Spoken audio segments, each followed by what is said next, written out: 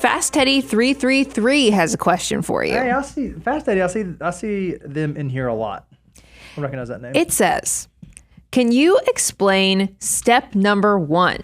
I really don't understand how much I would need to fulfill step number 1 in the FOO. This is back to the basics, you know? I love this. Go back. Look, I'm going to do the intro. I want you to talk about it because in the book, you you dove into this pretty deep. For those of you that don't know, we think there is a tried and true process to what you should do with your next dollar. Brian, we hold the thing up.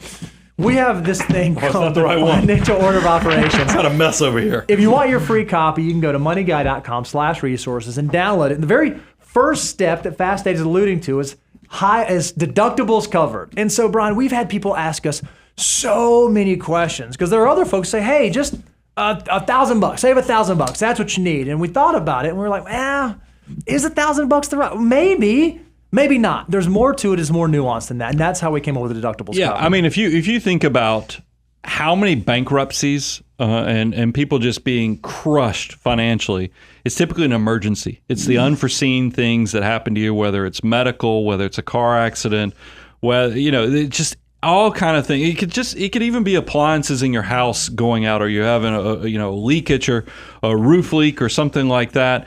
It's all those things that lead you to make desperate decisions. You know what happens when you make a desperate decision in an emergency?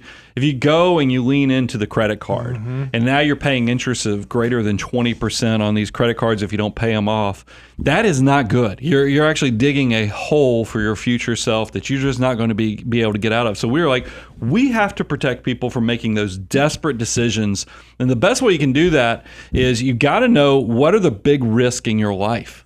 And what I have found when we were doing our research on this, all the big risk have some type of insurance protection that you can actually buy to completely take away that risk. So that's why when we talk about deductibles covered, all you have to do to complete step 1 is go look at your homeowners or your renter's insurance, look at your car or automotive policy, look at your health insurance, figure out what your deductible is on every one of those insurance policies, and then whatever the highest number of that list, that is step number 1. Because I'm not saying add them all up. That's a bridge too far, because that would get into emergency reserves of step 4. Highest deductible with step 1 is just to get to the highest point, so then you can move on to that free money from your employer with the match, and then paying down the high interest debt with step 3. Highest in deductible covered is going to get you through that, avoiding those desperate decisions. And what I love about it is that it grows with you. Like the highest deductible for a 22-year-old that just graduated college, and maybe the only thing they have going on is they've got health insurance through work, and maybe they're paying their auto insurance, or maybe they're still on parents.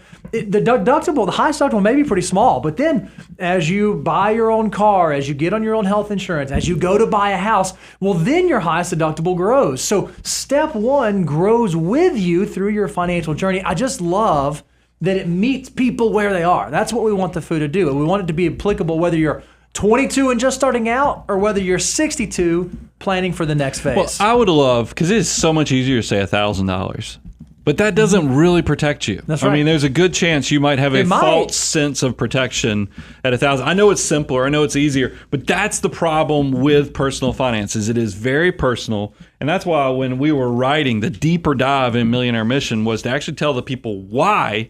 Share the stories that inspired it all, so that you kind of become better as you get more and more educated on it.